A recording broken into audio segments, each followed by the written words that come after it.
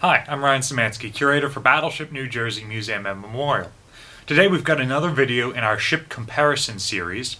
This time we're going to look at how the Kirov Class battlecruisers compared to an Iowa Class battleship. This is one of those videos that has been much requested.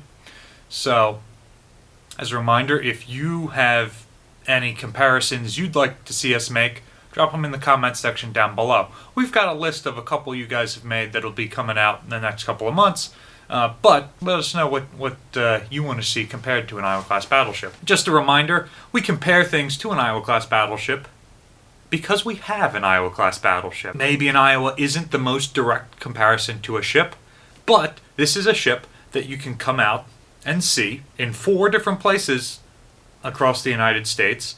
And many of these other ships aren't around anymore, so having one of these allows us to compare the size and capabilities of one of these ships to one that you can actually walk through. So that's why we're doing this. So, it has been much reported that the Iowa Class battleships were brought back in the 1980s to deal with the Kirov Class battlecruisers. That's probably in part correct, but it's more complex than that. The Kirovs were just entering service in the early 80s, and they were never in any sort of large numbers. The Iowas were brought back because Reagan wanted a 600-ship Navy, and it's much easier to bring back mothballed ships than to build new ones. It's much quicker to do that. Only took a year to reactivate New Jersey, whereas it would have taken 3 or 4 years to plan, design, lay down, and actually complete a comparable cruiser, and longer for anything larger than that. Also, the U.S. Navy had just developed the Tomahawk cruise missile, which was such an important asset that it's still standard throughout the fleet today. But none of the ships then in service could have them quickly or easily retrofitted. The Iowas, however, had a huge reserve of buoyancy, so it was possible to take these ships and drop armored box launchers, many of them, throughout the ship, and get these missiles to sea relatively quickly.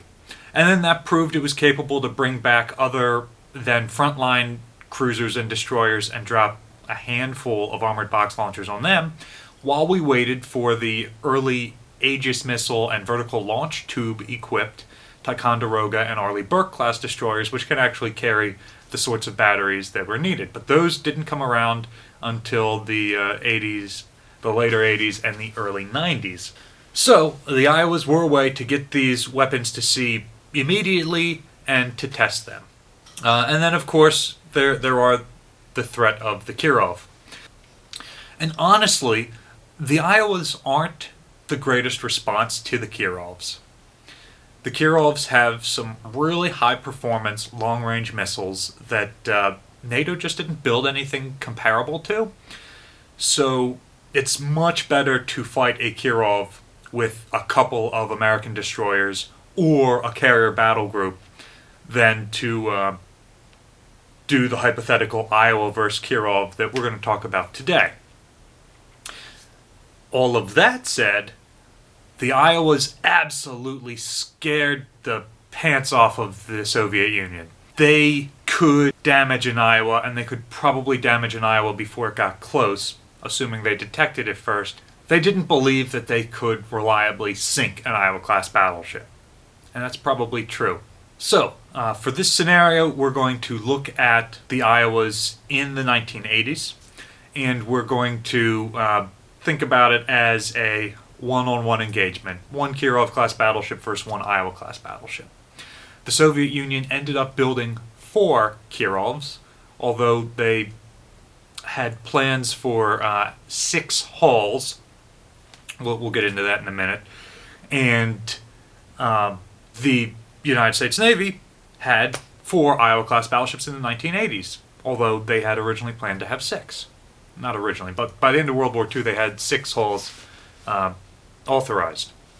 The Soviet Union tended to have a single Kirov in each of their 4 main fleet areas to operate as the flagship. The United States Navy tried to keep 2 each in the Atlantic and the Pacific, their 2 main operating areas, so that they could have 1 out and 1 in port at any given time, so that they could always have 1 forward deployed. Really, it takes 3 ships to do this right, but there weren't that many other old battleships lying around at this point. Another thing that the U.S. Navy gained by reactivating the Iowas was there are hotspots all over the world that the United States insinuates itself into. We are limited by the number that we can get involved with by the number of carrier battle groups we have.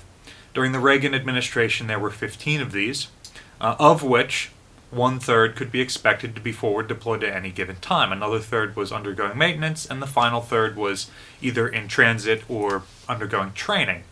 So, realistically, the U.S. Navy had 5 battle groups that it could send if there was a civil war in Lebanon or South America, or if the North Koreans did something, or if we had to sail Straits of Taiwan, or if we had to go into the Persian Gulf, or if we got into a first-class shooting war with the Soviet Union. So by adding 4 Iowa Class battleships, you're adding 1 or 2 more battle groups, surface action groups in the case of the battleships, that can deploy. And the battleships are really great at forward deploying. A carrier has to stay a couple hundred miles off the coast. You don't actually see it there. The U.S. says that it deploys a carrier, but it doesn't make its presence known. And we have naval aircraft flying overhead, and that's the way that you know it's there. But they're these specks hundreds of feet up. You wouldn't risk a carrier by sailing it into an enemy harbor. But you can take New Jersey and put it in Beirut Harbor, and then you've got a very potent symbol of American naval might right there that the people that we're trying to intimidate don't really have any good chance of destroying. And so that makes these battleships very useful. So let's talk a little bit about the Kirovs, then we'll go a little bit into the Iowa's 80s configurations, and then we'll see how all that compares. We've talked a lot about these ships in World War II and how they compare to other World War II battleships. This is one of the first modern comparisons we're doing, even though it's still contemporary to the Iowas. So first off, the Kirov Class battle cruisers displace about 28,000 tons standard displacement. This is, right in the range of a World War I era battleship or battle cruiser. And they are often termed as battle cruisers themselves because they are larger than a modern cruiser, and they have a very heavy battery. In this case, it's missiles and not guns. And they have no meaningful armor protection. So the term battle cruiser does probably fit for these ships. Even if it doesn't, it's a contemporary term that it's a term that we throw around a lot discussing it, so I'll just stick with what people generally use here. Realistically, it's very different from the battle cruisers that came before it, and there is very clear end to the all-big gunship, and then this one evolving in a completely separate chain. And that evolution is interesting in its own right. The Soviet Union inherited a weak navy from Tsarist Russia. The Russians had a world-class navy. The Japanese defeated it. They tried to compete in the dreadnought arms race, but World War I stopped most of their battleship construction, so their newer ships didn't get completed, and they ended up with just a handful able to fall into the hands of the Soviets. And then during World War II, Russia again had started to build up a battle fleet, and then when Germany invaded, none of those battleships were completed, and by the end of the war, the ships that they had in service or had managed to acquire, particularly the ones of any size, had been used up and were no longer any good. In fact, both Great Britain gave the Soviets a battleship, and the Soviets ended up with an Italian battleship, the German aircraft carrier Graf Zeppelin, and a number of other ships, and none of these were able to be maintained through the 50s into the 60s. And so in the 1980s, the Soviet Navy started to build up, and they had very much been a submarine force throughout the entire Cold War, with a very small number of surface warships, mostly for defense. And with the Carter administration not really pressuring the Soviet Union expanded its navy to try and power project across the world. And that's where Reagan comes in and wants to expand the U.S. Navy to outspend them. And these Kirov Class battlecruisers are very much a part of the Soviet Union's strategy to expand to try and compete with NATO. They can form the core of a surface action group, and the Soviet Navy is trying to do something very different from NATO. We have carrier battle groups. We're going to send a carrier and the aircraft on it to attack an enemy. So the Soviets can't match us by building aircraft carriers and having a traditional carrier battle like you see in World War II, but they can overwhelm that carrier's defenses with massed missile attacks. So a ship like the Kirovs that can launch a huge wave of ballistic missiles or cruise missiles is a good counter for them against an American carrier group. But is it good against an American surface action group? Let's see. So the Kirovs are, again, very close to battleship sized. At 827 feet long, they're only a little bit shorter than an Iowa. 94 feet wide, they're significantly narrower, which gives them a higher length to beam ratio, actually. And they've got a depth of about 30 feet, which again, shallower than an Iowa. They use a CONAS propulsion system, which is combined nuclear and steam. They've got two propeller shafts, each fed by two nuclear reactors. Those nuclear reactors give them 140,000 horsepower and a speed of about 32 knots. An Iowa Class Battleship has 212,000 horsepower to get up to 33 knots, more realistically 32 in the 80s, but that's at a displacement of 30,000 tons more than a Kirov, around 58,000 tons. Because the shock from getting hit can scram your reactors, or other damage can knock out your reactors, the Kirovs also had two boilers that could create steam using fuel, much like the nuclear reactors do, and they're fairly comparable to New Jersey's fuel-fired steam system, so that they could have a backup propulsion system if needed. The Soviets do this a lot with their vessels, and having a nuclear propulsion and then also having a backup system if something happens to their nuclear system. They only have a crew of 710, which is less than half of the size of an Iowa Class battleship in the 80s, and a quarter of the size of an Iowa Class battleship during World War II. So that is a much less significant investment. Each one has 3 helicopters, and they have a hangar to embark those helicopters, so that gives them an onboard scouting ability, an anti-submarine ability, and they can perform maintenance on those aircraft. Iowa Class battleships could hold 3 or 4 helicopters, but they've got no hangar to do maintenance or to store them in.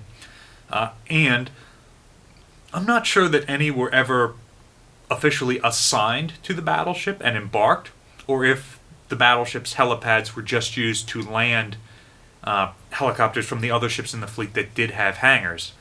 So whether or not an Iowa would actually have helicopters on board if it was fighting a Kirov one-on-one is less likely. Kirov would probably have 2 or 3 operational helicopters. In terms of armor plating, the Kirovs are reported to have about 3 inches of armor around their reactor and engineering plants, and nothing more than splinter protection throughout the rest of the hull and superstructure. Iowa Class battleships are going to win this comparison with an armored belt that can stop cruise missiles, and that just being part of a layered defense system. triple bottom, 5 layers thick side for torpedo defense. The Iowas are significantly more heavily built and armored. Interestingly, though, armor plating that was added in the 1980s for new computer systems in the superstructure was only 3 inches thick. And it wasn't straight up armor steel like the Class B that much of the ship's World War II armor is made out of. It's HY80, basically submarine hull, high-grade steel.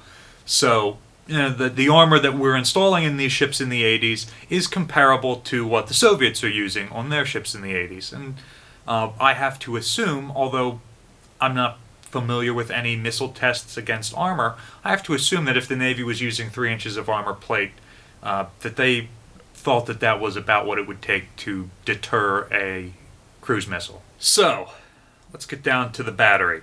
Starting from the guns, the Kirovs have a couple different gun batteries. Kirov herself had 4 4-inch guns. The other ships in the class had 2 5-inch guns, 5.1s, 130 millimeter. Iowa Class Battleships, of course, 9 16-inch guns, and in the 80s, 12 5-inch guns. The Soviet guns are more of an automatic system, a modern system, whereas the Iowa's 5-inch guns require somewhere like 40 guys between the gun mount and the magazines. So that is a significant resource investment there. But having 6 5-inch guns on a broadside means if we get into gunfighting range with a Kirov, that's a no contest. And something has gone horribly wrong if a Kirov chooses to get within gunfighting range of an Iowa. Before we go any further, Kirov herself was laid down in 1980. Her next sister ship in 84, the next one in 88, and then another one not until 98. So the 4th member of the class didn't even get commissioned before the end of the Cold War. A 5th unit in this class was authorized but never laid down or completed. The problem was they were building these ships at one yard, so they had to wait until one was launched to roll out the next one. And so even the U.S. Navy reactivated its Iowa Class battleships in at least 2 different yards, which meant that we could do some of that work simultaneously. And so, by the time the U.S. Navy has reactivated Wisconsin, now has 4 Iowas in service in 1988, the Soviets are just laying down are just commissioning their 3rd Kirov. And these are only going to be 1 in any given operating area because the Soviets have so many different areas of responsibility between the Black Sea and the North Atlantic and the Pacific and the Baltic. Part of the gap between 1980, 84, 88, 98 was the Soviets also used a Kirov hull to build Ural, which was a very different type of ship, but it used the same hull, built in the same place, and so it slowed down production of the true battle cruisers. So there were 6 of these hulls initially planned, 5 of them were completed, only 3 of them as actual fighting ships during the era of the Soviet Union. And I'm referring to these as Kirov Class battlecruisers throughout. When the Soviet Union collapsed, they were all renamed, and they all have modern names that they use, and I'm not going to try and go through all of the original names and all of the new names. You can look that up online. So, the Soviet Seaways. They have 8 AK-630s on the earlier 2 ships. These are roughly comparable to the 4 phalanxes that the Iowas get. The Soviet Union tends to group their Seaways in pairs because they're less sophisticated. And so they're putting more rounds on target, and it's more likely that they'll get a hit. So their 8 AK-630s really does match up pretty well with the 4 phalanxes that New Jersey has. Also, they are 30 millimeter, whereas ours are 20 millimeter. And really, it's a 20 millimeter Sabo round, or an 11 millimeter depleted uranium core. And part of this is very similar to the discussion we've had a number of times on this channel of armor. You armor your ship against the size guns that you have. In the 80s, a 20 millimeter round is enough to shoot down a Harpoon or a Tomahawk cruise missile. The Soviets have some much larger missiles, and so they're using a much larger round to put it down, the 30 millimeter. The later two ships have 6 mounts for this Kashtan system, which is a combination of 2 Gatling guns and 2 quadruple missile launchers.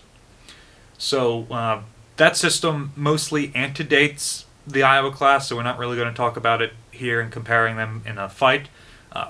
But it is a much more modern and much more effective system than the Seaways, in my opinion, the American Phalanx Seaways. The American Navy has rolled out the rolling airframe missile, but that is a separate mount from the Phalanx Gatling gun, and so only some of our large ships have both types. So the fact that the Soviets have mounted this in a single gun system, and also it's modular, so you put in a control pod, and then you can put in as many weapons modules as you want around your ship. And so you get up to 6 of them with the Kirov. Being the largest ships in the Russian Navy, have the highest capacity for these guns, the most deck space for them.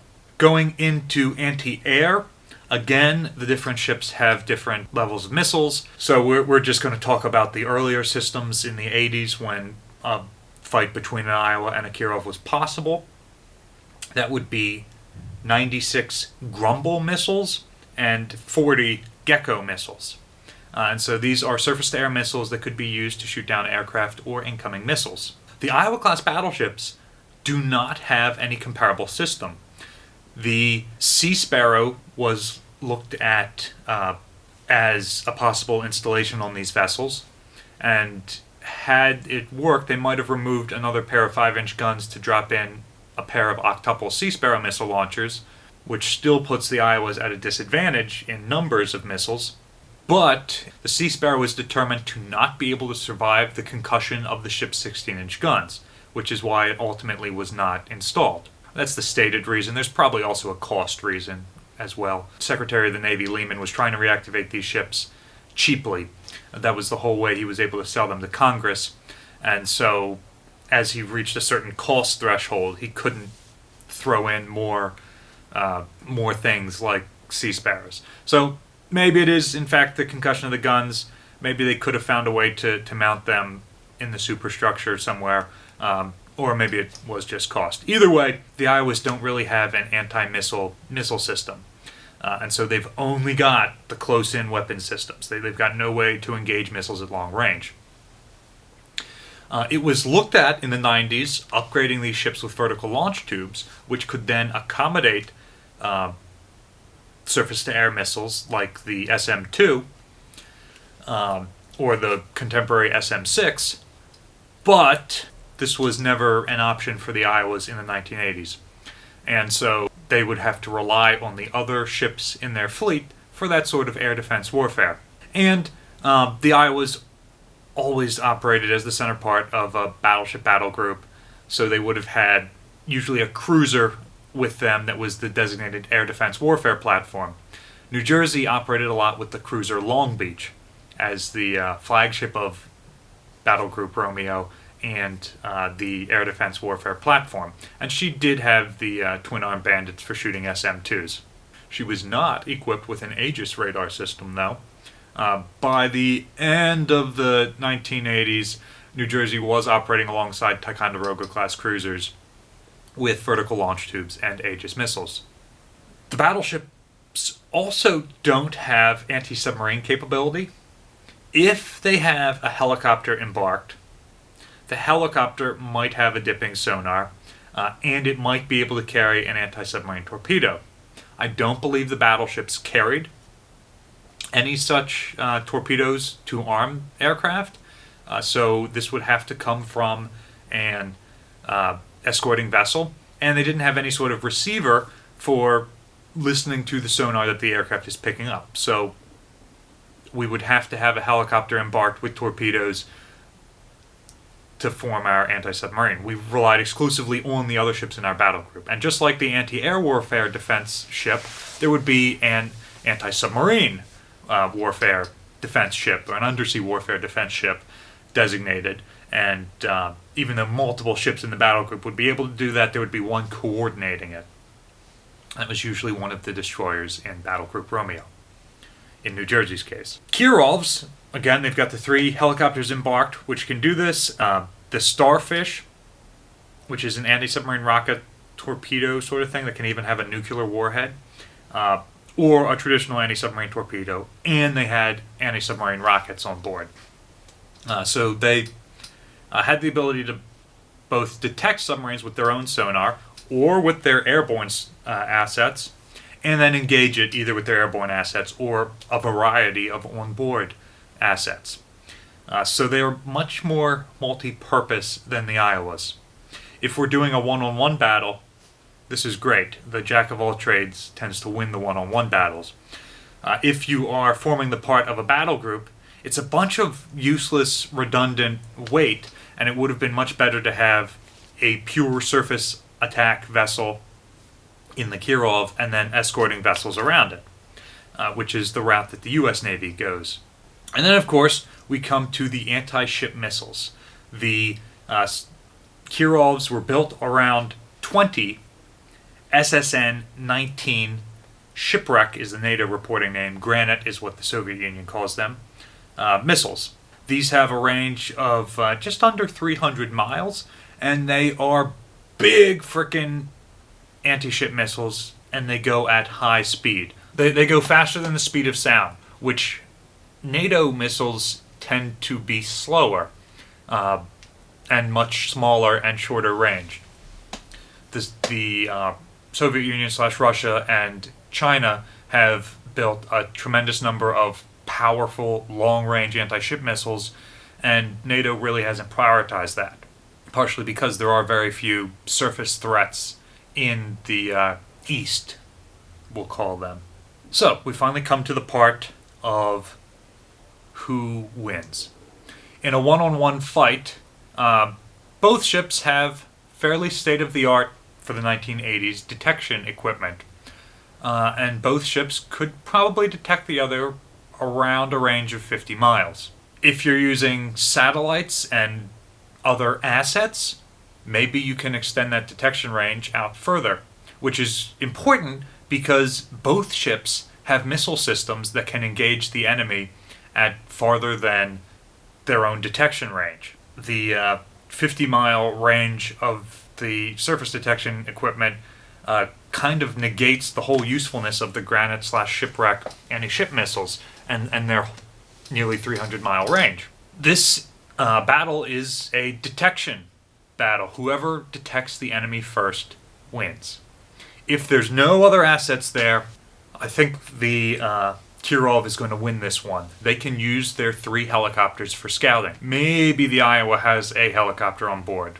And so it just can't do as much scouting as a Kirov can. And as those helicopters are damaged on the Kirov, they can be repaired in the hangar. The Iowa has much more limited facilities there. If both ships somehow know where the other one is, then it becomes a more fair fight. New Jersey has a couple of different anti-ship systems. She has no anti-submarine systems, virtually no anti-air systems, except close-in defense. She has Tomahawk cruise missiles, Harpoon anti-ship missiles, and then the various gun systems. The 5-inch guns are only good out to about 10 miles, so odds of getting in that range is pretty low. The 16-inch guns only have a range of about 23 miles, so odds of catching a ship that's roughly the same speed of you and getting them into gun range is not likely. In a gunfight, the Iowa wins every time. Even if the Kirov is using missiles and guns, the Iowa wins in a gunfight every time. The Harpoons have a range of about 83 miles in the 1980s, so significantly longer than the 16-inch guns, 4 times longer, but significantly shorter than the Soviet anti-ship missiles. And they carry a smaller warhead, too, so if they do get into range to use them, they do less damage.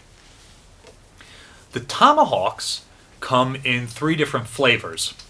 There is a nuclear version, which we're going to discount. Both ships had the capacity to carry nuclear warheads, and both ships probably did carry nuclear warheads as part of their missile systems, although both countries say that they never put nuclear weapons to sea on surface ships, and have since signed treaties prohibiting that. So we're just going to discourage that. A nuke is a great equalizer. You might not sink a battleship with a nuke. The Bikini Atoll tests prove that it's not a sure thing. But that pretty much ends the battle, whoever puts a nuke on the enemy. The Tomahawk has a land attack variant, and also a discontinued sea attack variant. So the land attack variant, you have to plug in GPS data for it to follow to its target. It's got a couple 100 miles range, and if you have that prepackaged data, you can engage a target with 1980s technology. The sea attack version is no longer in use in the Navy. So modern Navy warships might have harpoons, or they might not. And if they don't have harpoons, they have to use their air defense missiles in a secondary role as anti-ship missiles if they get into that sort of fight. Which goes to show you how little NATO countries expect to get into a surface fight, which is fair. There hasn't been a true surface battle since 1944. The Tomahawk sea attack version that did arm these ships in the 80s would have, again, only been a part of the 32 Tomahawks that we could carry in armored box launchers. Remember, the battleship is heavily armored, but the armored box launchers are just 1.5 inches of armor, and they're bolted onto the superstructure. So they are not actually particularly well protected. None of our 80s era missile systems are. The sea attack version has a range of a couple 100 miles again, and you would launch at least one, more likely more than one, if you had a target, and the missile would go to where the target was when you launched it. Remember, it takes time to cross a couple 100 miles, and that enemy ship is moving at around 30 knots, so it could have moved a decent distance, and then when it gets there, it starts a search pattern to try and find that target. And it's got an onboard guidance system that it can pick up that target and then engage it. So even though it's got a couple 100-mile range, some of that range is used for flying a search pattern when it gets out to the target area. So you don't really have the greatest effective, or the greatest possible effective range there. The nice thing is you don't have to use the ship's onboard sensors to guide the missile in, which would limit you to the range at which you can see an enemy ship. So the Tomahawk very much relies on another asset seeing where a Soviet ship is, whether that is a satellite image or an aircraft or ship in your own fleet that tells you, hey, they're over here, and then you launch the missile. But missiles are pretty expensive, so you're not going to launch too many of them. And remember, we've got 32. Probably 2 of them are nuclear, so that leaves us with 30. So maybe half sea attack and half land attack, depending on where you're operating. During the Gulf War, obviously the Iowas went in with much more land attack missiles and fewer sea attack. But during normal sea steaming, maybe they're carrying 50-50 loadout. If you are a sailor from the Iowas from the 80s and you know what the missile loadouts on these ships usually were, I'd love to hear from you. So, then we get into the missile defenses. The missile defenses on either of these ships could probably engage a couple of missiles at a time and shoot them down. The Iowas could probably shoot down 2 to 4 missiles launched in a salvo that are coming at them all at once. The Granite/Shipwreck missile is designed to swarm and overwhelm a defense, so the Soviets would probably launch all 20 in a first strike, which means it would overwhelm a single Iowa's defense. Also, those missiles can coordinate. They're very large, so there's room for some comparatively complex electronics in there. So they can coordinate their attack somewhat. So an Iowa can shoot down maybe 4 of those 20 missiles, but some of them are going to get through. On the other hand, say we're the American ship, these things are expensive. We're probably only going to launch 2 or 3 to find a target. In fact, there is a computer system in CEC on the Iowa Class Battleships called TP, which is the Tomahawk Engagement Evaluating and Planning computer system. So you would program in your launch pattern for one of these sea attack missiles, and it would tell you what the estimated effectiveness was for that sort of salvo. And if it was less than 90-95%, you're not going to be authorized to shoot off those missiles. You need a really high percentage chance that your missile can get out there and your search pattern will find that enemy ship to be authorized to fire. And then you might fire 2 or 3 or 4. But the Soviet ships, remember, they have about 150 surface-to-air missiles and then 6 or 8 Gatling guns on board. So the Soviets can probably shoot down any of the Iowa's missiles. So at long range, both sides detect each other all at once. The Soviet ship lands hits. The Iowa probably doesn't. What happens if you take a hit? One hit would probably do some damage to the Kirov. If an Iowa can get a hit, whether it's a 16-inch shell or a missile, it will penetrate and it will do damage. Will one hit sink a Kirov? No. No, they're pretty heavily built ships, not armored, but pretty thickly constructed. They've got redundancies, they've got internal subdivisions, and they've got a pretty freaking huge superstructure. So their various electronics are spread out all over that superstructure, and a hit would probably mission kill a Kirov. It would probably return to port if it could, but if the battle had to continue, it would still have some missiles up and running.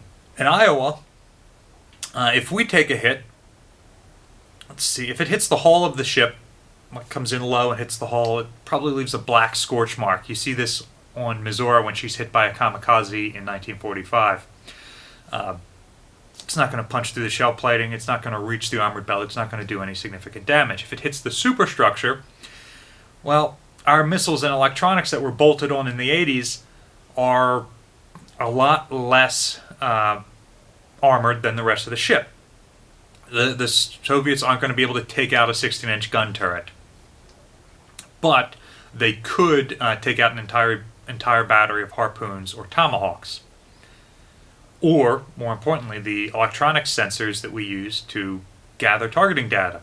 And the Iowas don't really have too much of a spread with theirs. Their superstructure is more condensed, and the radars are all on that tripod mast on the forward part of the superstructure. The older systems, the fire control systems for the guns, are spread out. So the Iowas will be able to engage with guns after taking a couple of hits. But the phalanx control spaces, the missile control spaces, the radars, the modern radars, are much less spread out. So I could easily see a Kirov launching 20 missiles at an Iowa, scoring a number of hits, which does not sink an Iowa, but causes it to retreat, to get repaired, and basically knocks it out of the fight, makes it so that the Iowa cannot retaliate. Even if the Iowa has simultaneously launched missiles, they probably aren't going to get through the Kirov's defenses, and if they do, you might get a tit-for-tat situation where the Kirov retreats somewhat disabled, but likely not going to sink her either. So let's look at a more likely scenario where both ships are operating as the center of a surface action group. War has been declared, so now you're likely going to see these ships detecting each other at around maximum range. The Soviets are going to get off their first strike missile barrage, both from the Kirov and the other escorting vessels. And the American fleet is going to have to rely on its air defense warfare system. But that's pretty complex, so I could easily see the American air defenses knocking down the bulk of the Soviet missiles. And maybe some of the American escorts are hit and disabled, knocked out of the fight. Maybe even the battleship takes a hit or two, as the target of all these missiles and is largely knocked out, but no longer having to rely on purely her own systems, being able to operate as part of a task force. It would be the best thing in the world if the Soviets chose to target the Iowa instead of the basically unarmored ships in the fleet. So if the Iowa takes all those missiles and our own lightly armored but heavily armed with missiles ships are able to survive the barrage, then our American fleet gets into range and launches its missiles. And likely some of those missiles are shot down, but some of them will likely get through and damage a number of the Soviet ships. And so at this point, the American fleet would probably continue to close with the Soviet ships, and the Soviets would probably start to retreat. The U.S. has carrier battle groups out here, so the Soviets don't want to be caught by one of those carrier battle groups now that they're damaged and sunk. They want to retreat closer to shore, where their own land-based air assets might be able to protect them. And I could easily see the American fleet continuing to close in with them, and hey, we've damaged some of their ships, maybe they're moving slower. Maybe a hit or two on the Kirov has even caused her reactors to scram, so she's running under conventional power instead of nuclear power, and maybe she's not going as fast now. So now the NATO fleet gets closer and is able to start picking off more of these ships, either with missiles, aircraft from a nearby carrier, or the battleship starts to get in range to use her guns. So that's how I think that battle would go, a couple different ways. Let me know down below if you agree. Modern warfare comes down much more to who can detect the enemy first, and can you shoot the archer so you don't have to shoot down all of their arrows. Try and shoot the archer before they can launch those arrows. And really, neither individual ship has the capability to detect and engage the archer before they shoot their arrows, which means that the Kirov has more arrows. But yeah, let me know in the discussion down below, do you agree with my assessment here? Do you think that's why the Iowas were brought back? Do you think they would have done better? Do you think they would have done worse? Fortunately, we never got to find out. Battleship New Jersey receives operating support from the New Jersey Department of State, but also from a number of corporations and private donors like yourselves. And the private donations we've gotten from you guys over the last year has been huge. And it's allowed us to go from making one video a week to making multiple videos a week, and making the YouTube channel a much larger part of our job. So if you like the work that the museum's doing and that we're doing, consider donating. There's a link in the description below. And also remember to like, share, and subscribe so that you're notified when we put out all of this new content. Thanks for watching.